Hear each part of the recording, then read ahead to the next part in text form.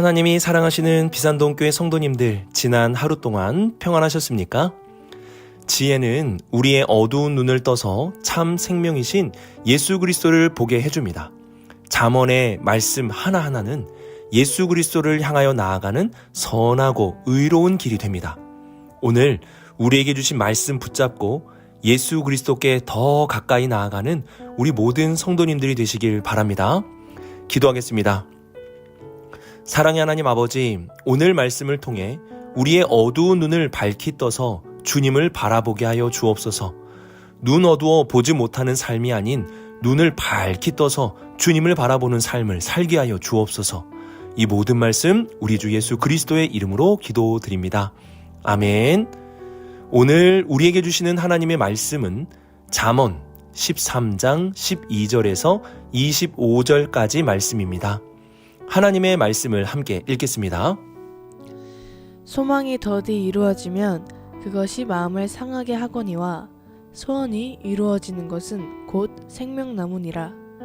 말씀을 멸시하는 자는 자기에게 패망을 이루고 계명을 두려워하는 자는 상을 받느니라. 지혜 있는 자의 교훈은 생명의 샘이니 사망의 그물에서 벗어나게 하느니라. 선한 지혜는 은혜를 베푸나 사악한 자의 길은 험하니라.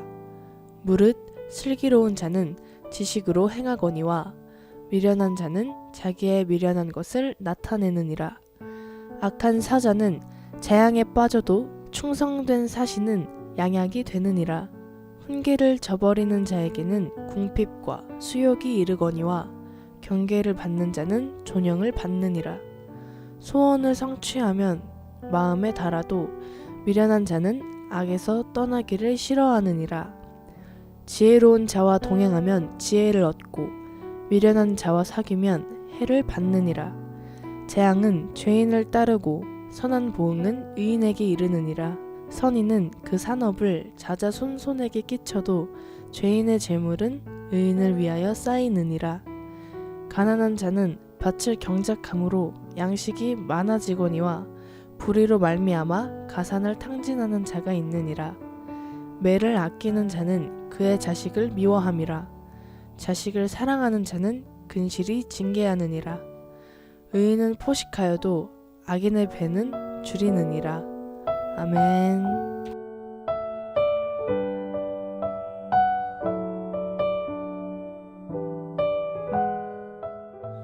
12절을 보시면 소망이 더디 이루어지면 그것이 마음을 상하게 하거니와 라고 말씀합니다. 소망이 더디 이루어지면 기다리기가 쉽지 않습니다. 하루 이틀의 더딤은 기다릴 수 있지만 1년, 2년, 10년 이상의 기간이 지나도록 기다린다는 것은 쉬운 일이 아닙니다. 하지만 12절 말씀을 보시면 소망이 더디 이루어지는 것이 무슨 큰 문제가 된다고 말씀하려고 하는 것은 아닙니다. 소망이 더디 이루어지면 우리의 마음에 상함이 있게 됩니다.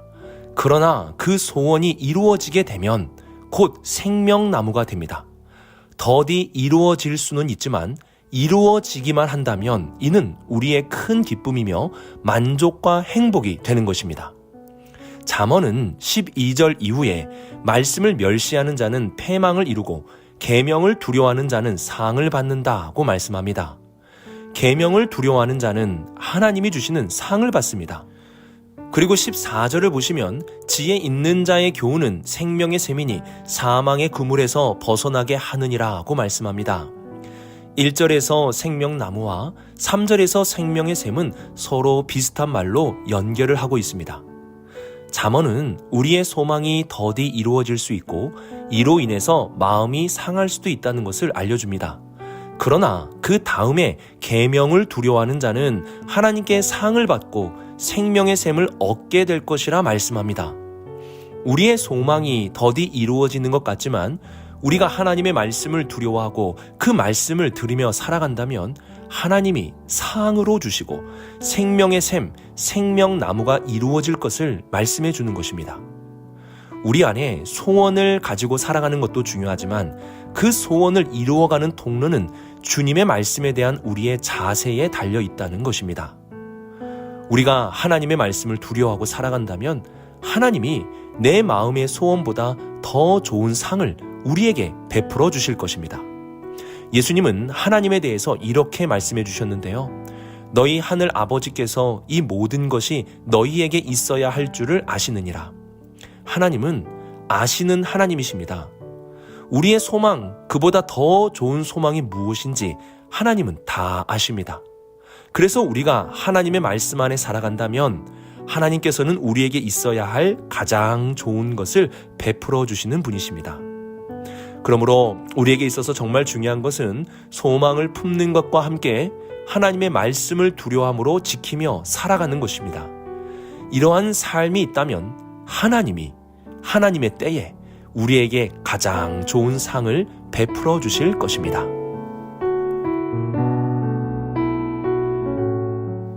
15절부터 18절까지를 보시면 두 그룹을 서로 대조해서 말씀하고 있는데요. 15절에서는 선한 지혜와 사악한 자들의 길을 대조하고 16절에서는 슬기로운 자와 미련한 자를 대조하고 17절에서는 악한 사자와 충성된 사신을 대조하고 마지막 18절에서는 훈계를 저버리는 자와 경계를 받는 자를 대조합니다. 잠언은 이러한 대조를 통해서 선과 악의 결과가 분명하게 달라진다는 것을 말씀합니다.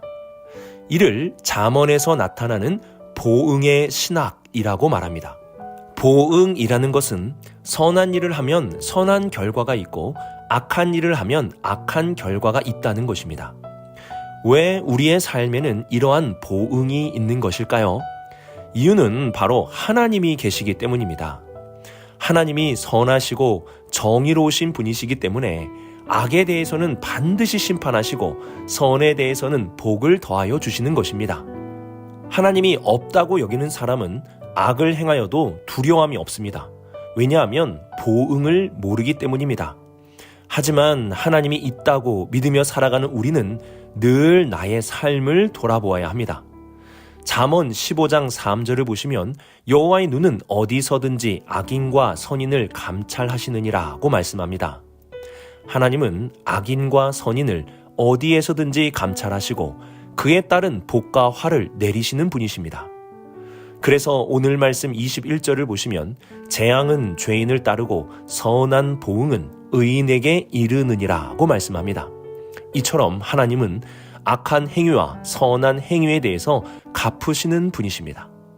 사도신경의 고백을 보면 산자와 죽은 자를 심판하러 오시는 주님의 재림이 있다는 것을 알려줍니다. 우리는 주님의 재림이 있음을 잊어서는 안 됩니다.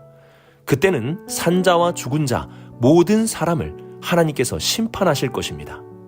어떤 이는 내가 예수님을 믿었으니까 마음대로 살아도 다 용서가 될 것이다 라고 여기는 분이 있을 수 있는데요.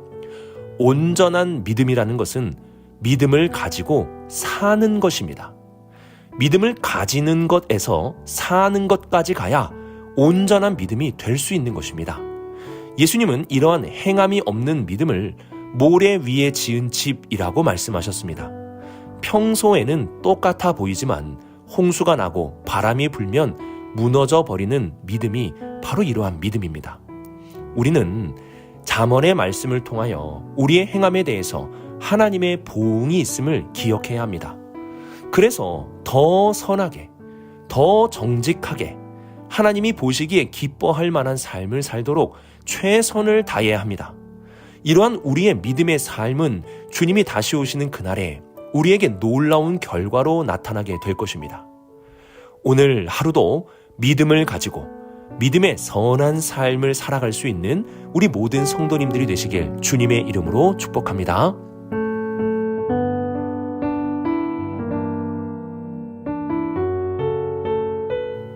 14절을 보시면 지혜는 생명의 샘을 준다고 말씀합니다. 지혜를 깨닫고 지혜의 길로 살아가는 것이 우리의 생명이 된다는 것이죠. 아니, 어떻게 지혜를 깨닫고 지켰다고 하여 생명이 주어지게 됩니까? 이는 지혜에 대해서 너무 과장한 것이 아닙니까? 하지만 잠언의 말씀은 전혀 과장한 것이 아닙니다. 성경에서 지혜는 우리의 삶을 올바른 길로 인도하여 삶의 중요한 기준을 가르쳐줍니다. 잘못된 길과 세상의 유혹에 빠지지 않도록 지혜가 도와줍니다. 하지만 지혜의 역할은 우리의 삶을 더 윤택하게 해주는 것, 그 정도가 아닙니다. 이러한 지혜의 최종점은 예수 그리스도를 아는 것에 이르는 것입니다. 잠언의 말씀은 66권 성경 중에 하나에 불과하기도 하지만 66권의 성경을 이어가는 통로가 되기도 합니다. 성경은 단절된 말씀이 아니라 오늘 우리에게까지 이어지는 하나님의 말씀입니다. 그래서 디모데후서 3장 15절 말씀을 보시면 또 어려서부터 성경을 알았나니 성경은 능히 너로 하여금 그리스도 예수 안에 있는 믿음으로 말미암아 구원에 이르는 지혜가 있게 하느니라고 말씀합니다. 성경은 결국 예수 그리스도 안에 있는 구원의 지혜에 이르게 하는 것입니다.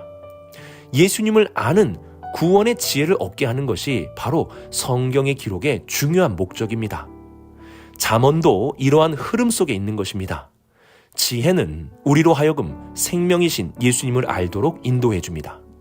그러므로 우리는 잠언의 하나하나의 말씀을 소홀하게 여겨서는 안 됩니다.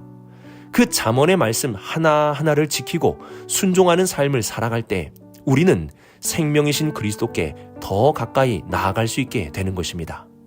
또한 하나님께서 우리의 영적인 눈을 뜨게 해주심으로 예수님을 보게 해주신 것도 기억해야 합니다. 우리가 생명이신 주님을 보게 된 것은 전적인 하나님의 은혜의 역사입니다. 하나님은 오늘도 우리의 눈을 열기 위해 지혜를 주시고 그 지혜로 그리스도를 보게 해주십니다. 오늘 우리가 그리스도를 보고 알고 믿고 따라가는 것은 하나님이 주신 지혜, 하나님의 은혜 때문임을 기억하며 감사할 수 있어야 하는 것입니다. 오늘의 말씀을 묵상하며 하나님은 하나님의 말씀을 두려움으로 지키는 자에게 우리의 마음의 소망보다 더 좋은 소원을 이루어 주시는 분임을 기억할 수 있기를 바랍니다. 소망을 품는 것도 중요하지만 말씀을 지키는 것은 그보다 더 중요한 것입니다. 이와 함께 하나님은 정의롭고 선하신 분이기에 선과 악한 행위에 대하여 보응을 하시는 분이십니다. 마지막으로 지혜는 결국 생명이신 예수 그리스도를 아는 것에 이르게 됩니다. 예수 그리스도를 아는 것이 우리의 삶의 가장 큰 복이 됩니다.